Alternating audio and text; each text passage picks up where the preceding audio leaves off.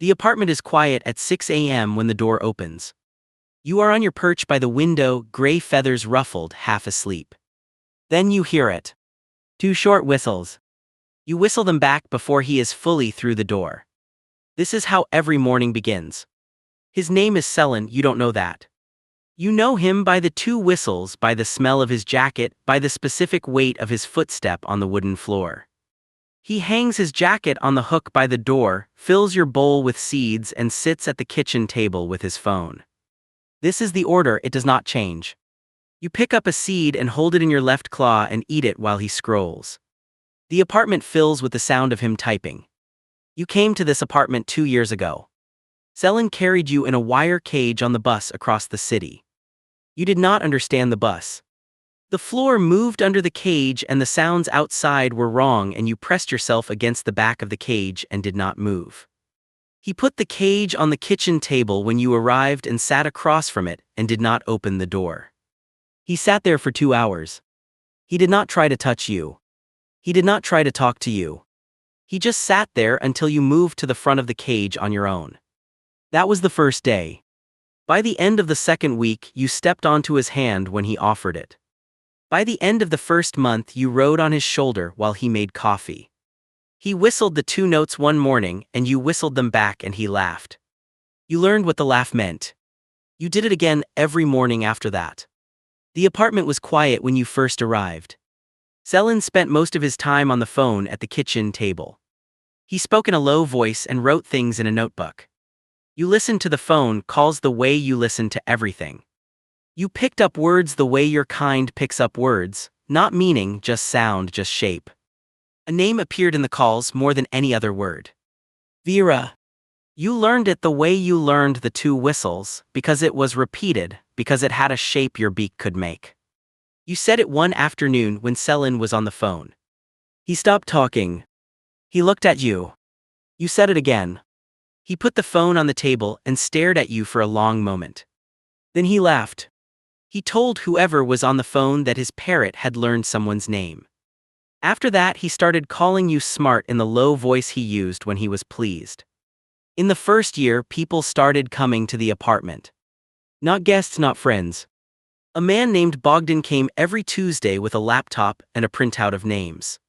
He sat at the kitchen table across from Selin and they went through the names one by one.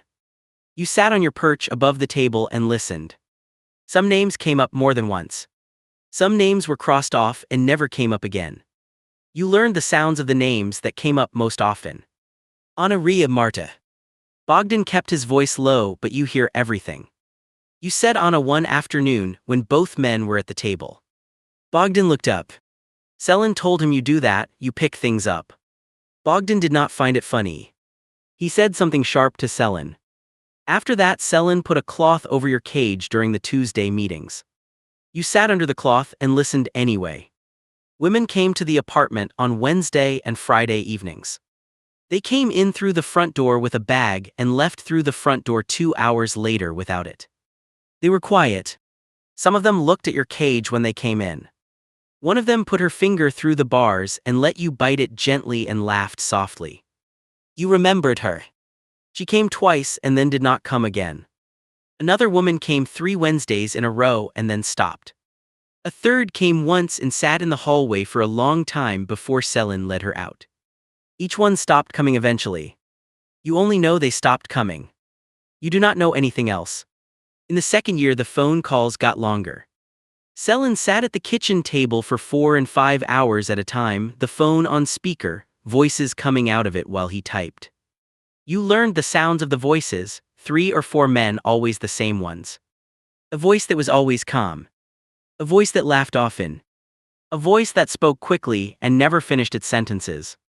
You learned the ringtone of the calls that made Selin put down whatever he was doing immediately.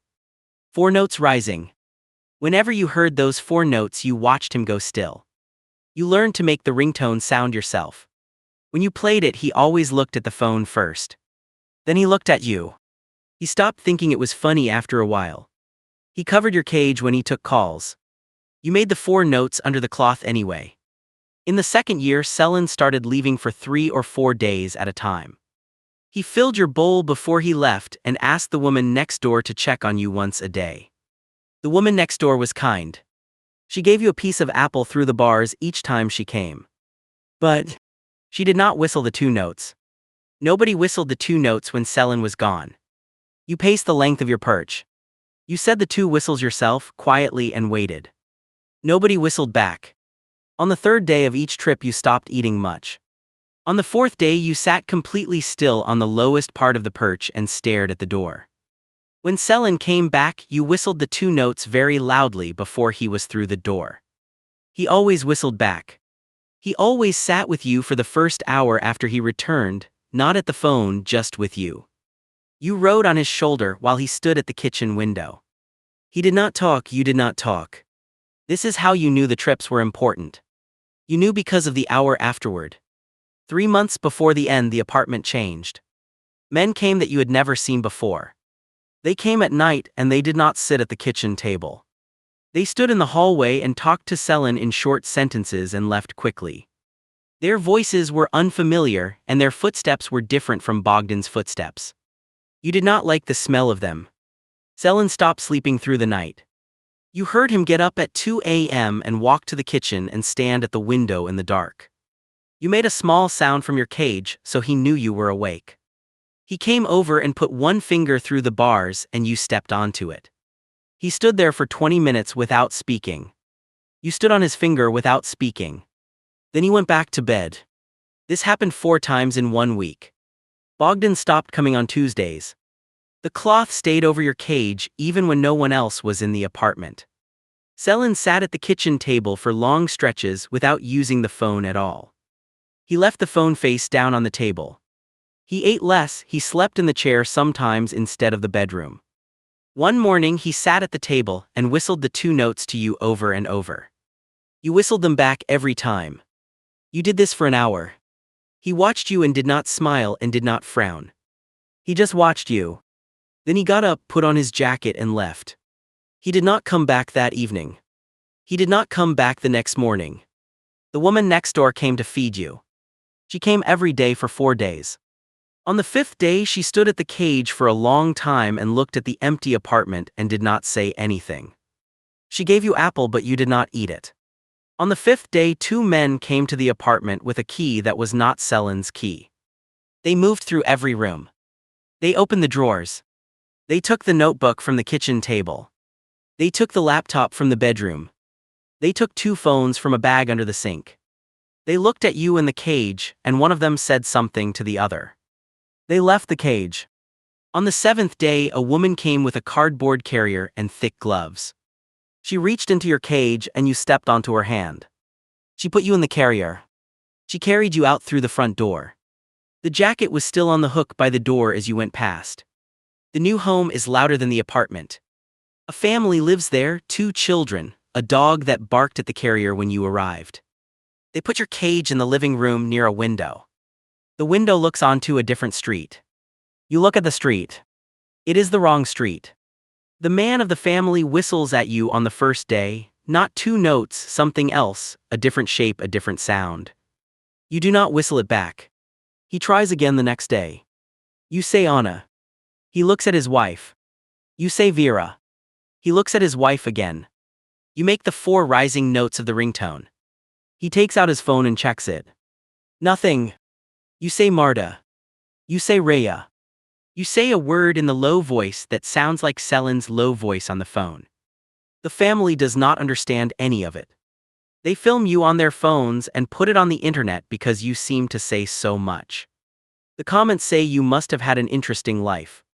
You live on the perch by the new window now. You watch the new street every morning. Every time the front door of the new house opens you whistle the 2 notes. Loud and clear. 2 short whistles. You wait. Nobody whistles back. You will do this every day for the next 40 years.